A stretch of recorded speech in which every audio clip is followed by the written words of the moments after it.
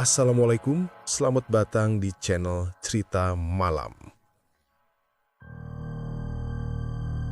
Dika pertama kali mendengar tentang rumah batu dari seorang nelayan tua saat ia berjalan di tepi pantai Parangtritis. Nelayan itu duduk di bangku kayu reyot sambil menatap jauh ke arah tebing. Wajahnya tampak tegang.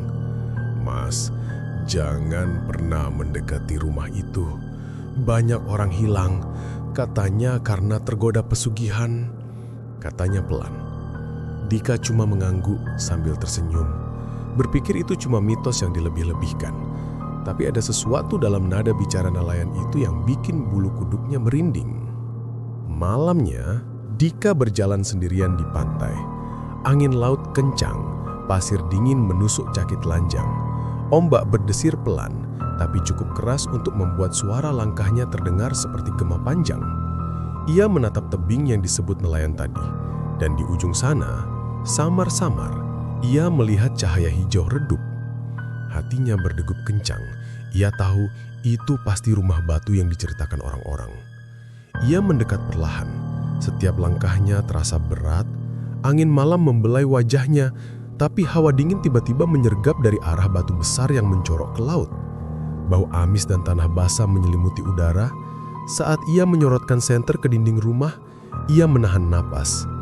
Ada ukiran wajah manusia di batu, tapi matanya kosong, mulutnya sedikit terbuka seolah menunggu sesuatu.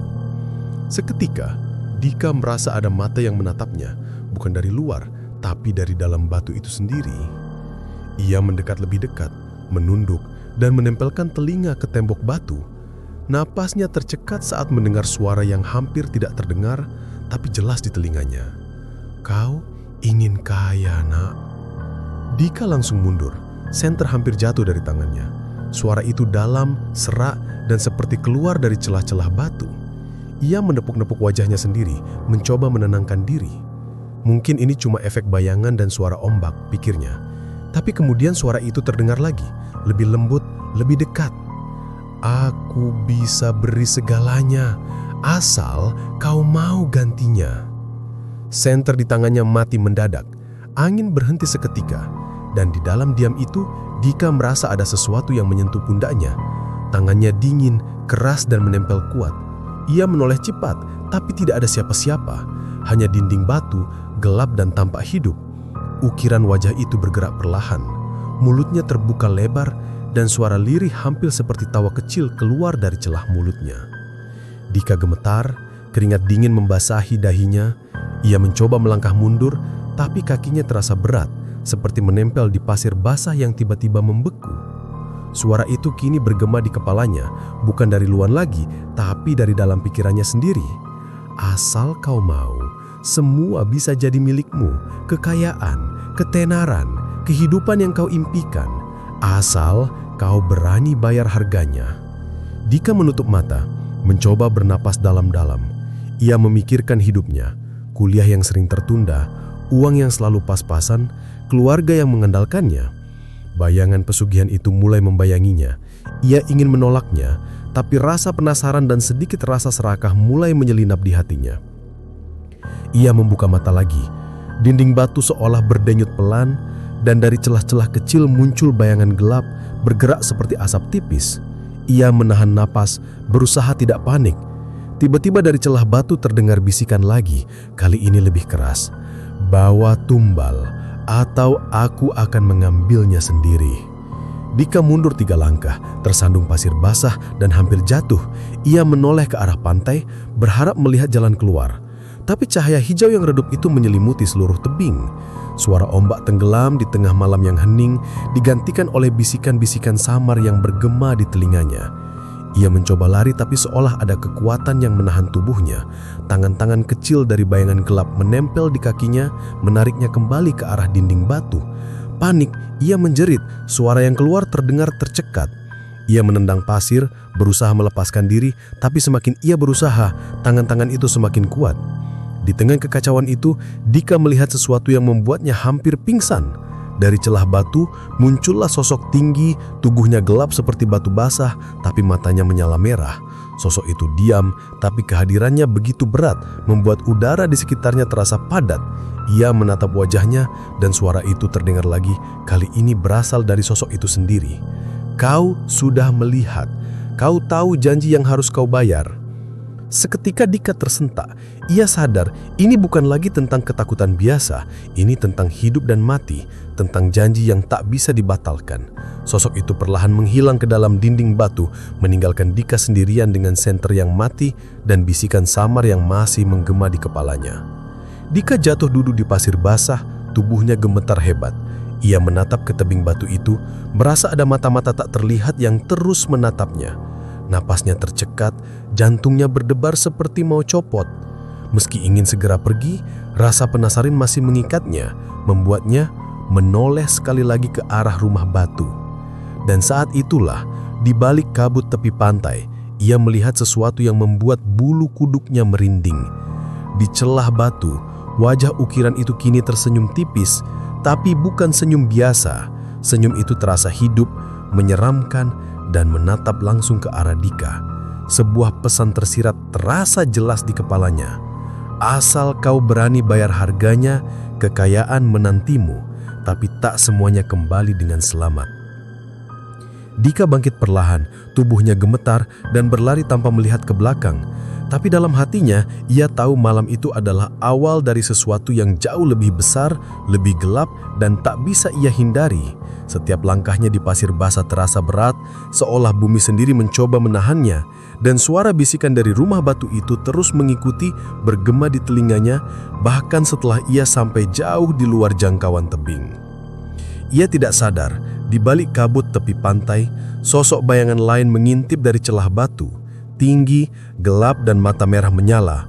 Sosok itu tersenyum tipis, tahu bahwa Dika sudah mendengar bisikan pertama dan janji yang akan mengikat hidupnya selamanya baru saja dimulai. Malam itu, angin Parangtritis tidak pernah berhenti.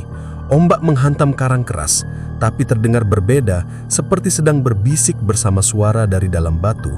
Dan Dika, ia pulang ke penginapan dengan tubuh gemetar, namun dalam hatinya, rasa penasaran yang aneh masih menggantung. Ia tahu suatu saat ia harus kembali ke rumah batu Parangtritis.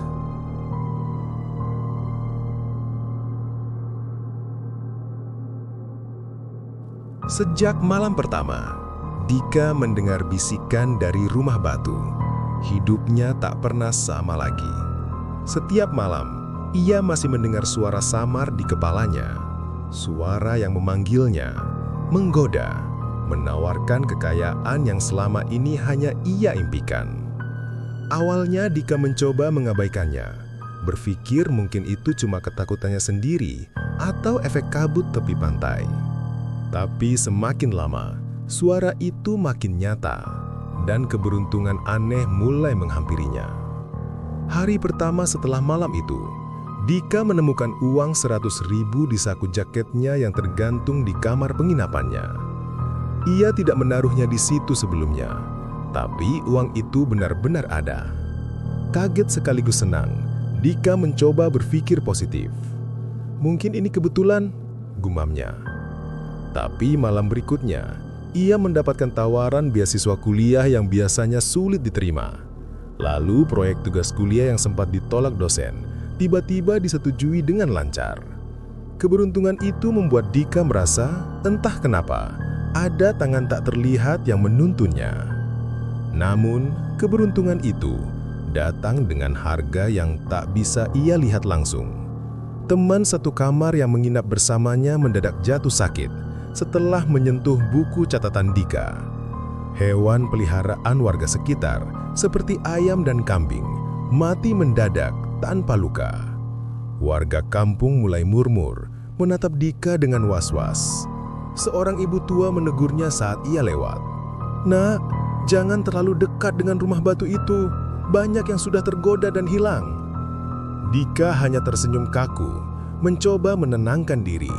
Tapi dalam hatinya ada rasa bersalah yang tak bisa ia buang. Malamnya, mimpi buruk datang kembali. Ia berdiri di depan rumah batu, tapi kali ini pintunya terbuka.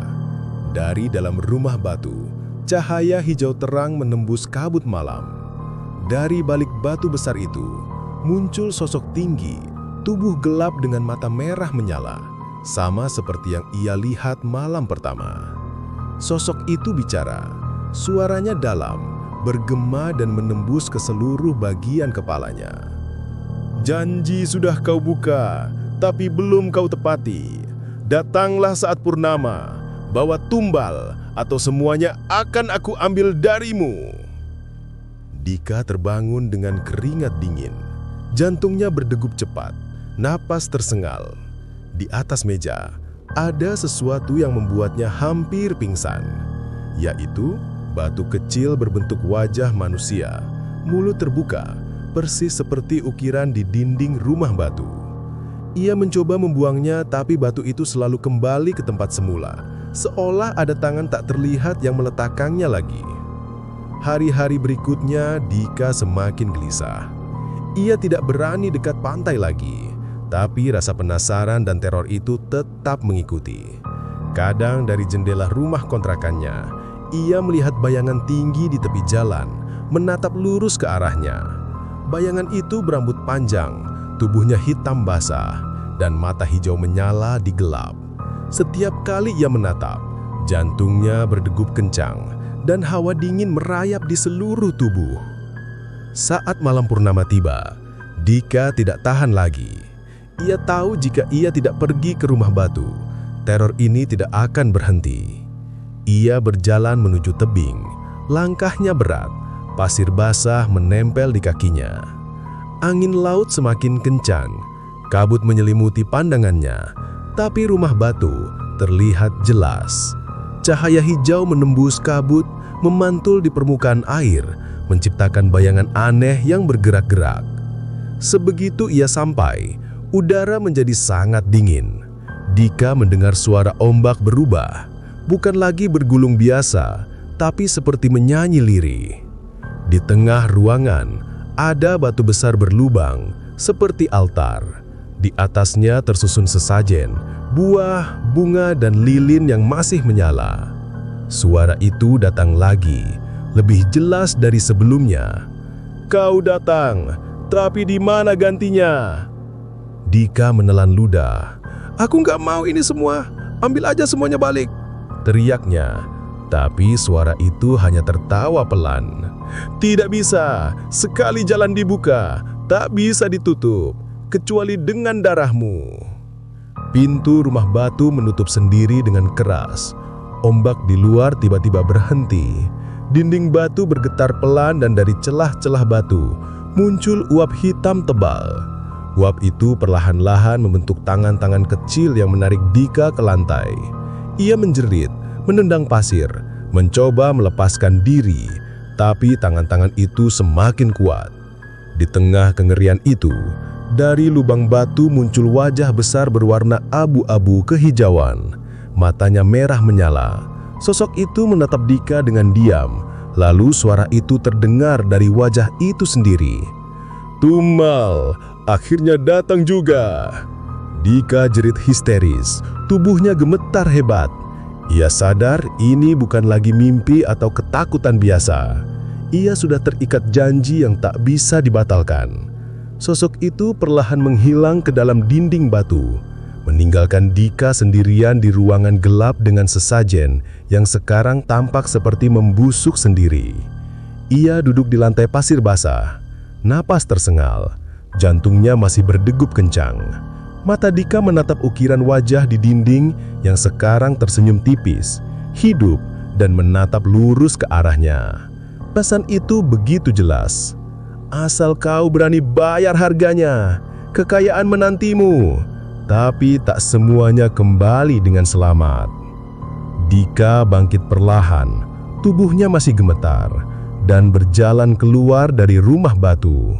Tapi dalam hatinya, rasa penasaran yang aneh masih menggantung seperti rantai yang mengikatnya pada tebing dan batu itu. Ia tahu suatu saat ia akan kembali, dan rumah batu Parangtritis dengan semua bisikannya menunggu. Di pantai malam itu, kabut tebal bergerak pelan, dan suara ombak seolah menyanyikan mantra yang hanya bisa didengar oleh mereka yang sudah mendengar bisikan dari dalam batu.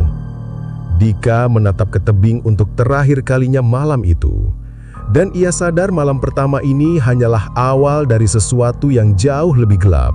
Sesuatu yang akan menuntut janji, keberanian, dan nyawanya suatu hari nanti.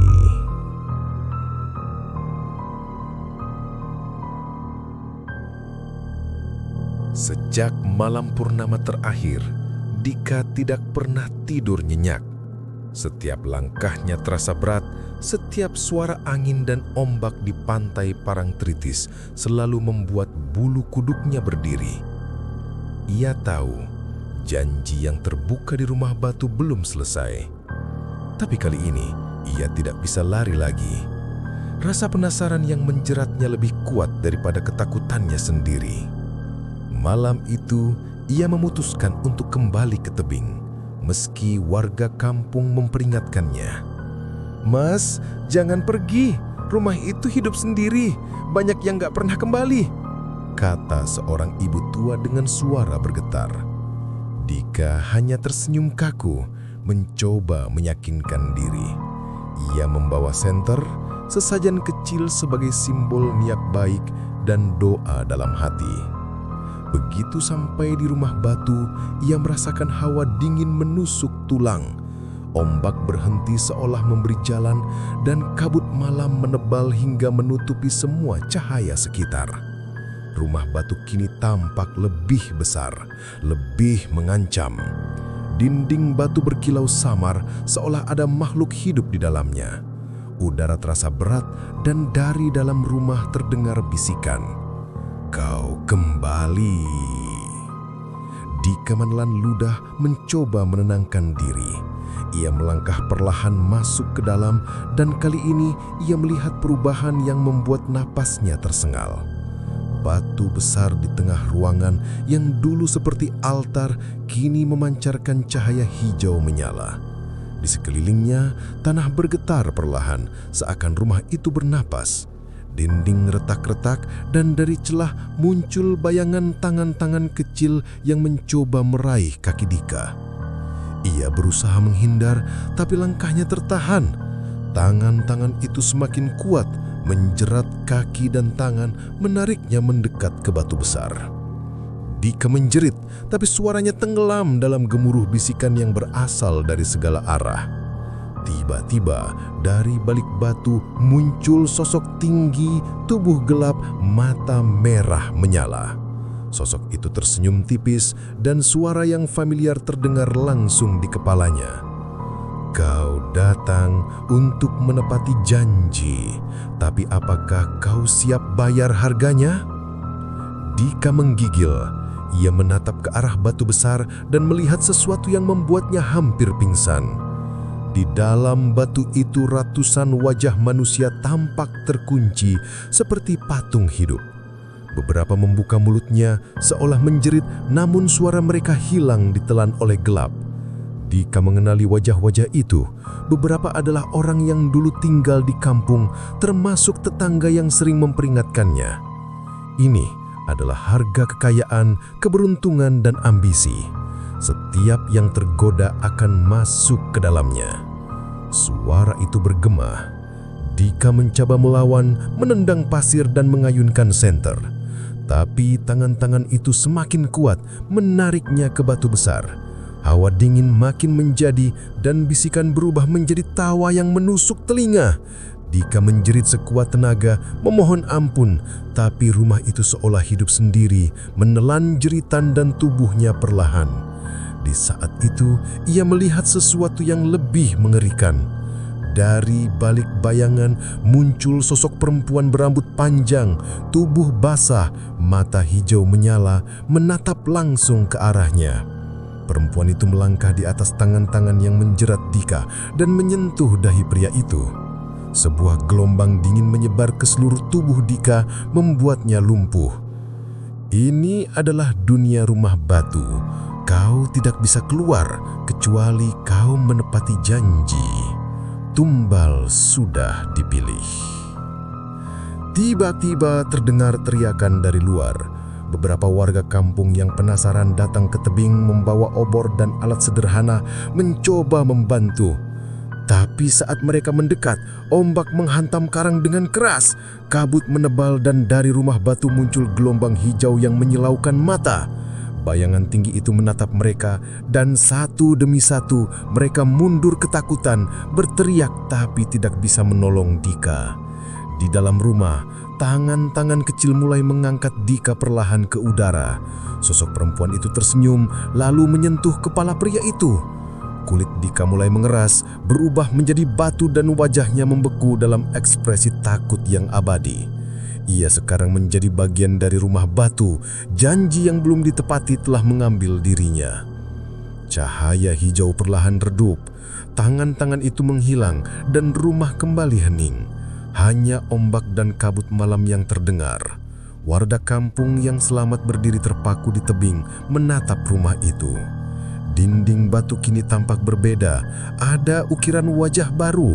Wajah Dika, matanya terbuka, mulutnya seolah menjerit abadi. Sejak malam itu, rumah batu Parangtritis kembali menunggu. Setiap bulan purnama, cahaya hijau muncul dari celah-celah batu dan bisikan samar terdengar oleh siapa saja yang cukup berani mendekat.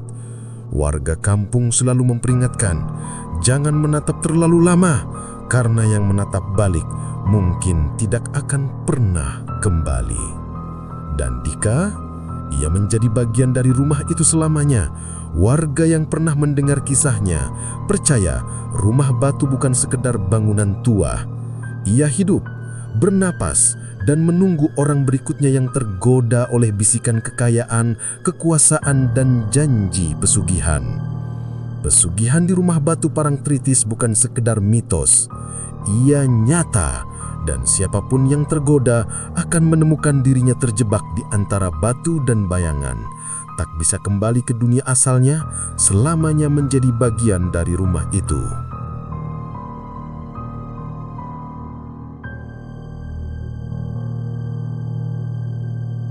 Baiklah, sampai di sini dulu cerita dari saya. Mohon maaf apabila ada kesalahan dalam menyampaikan cerita. Terima kasih buat teman-teman yang sudah menonton. Mudah-mudahan kedepannya saya bisa menyajikan tayangan yang lebih baik lagi. Saya Doni pamit undur diri. Sampai jumpa lagi di kisah selanjutnya. Assalamualaikum warahmatullahi wabarakatuh.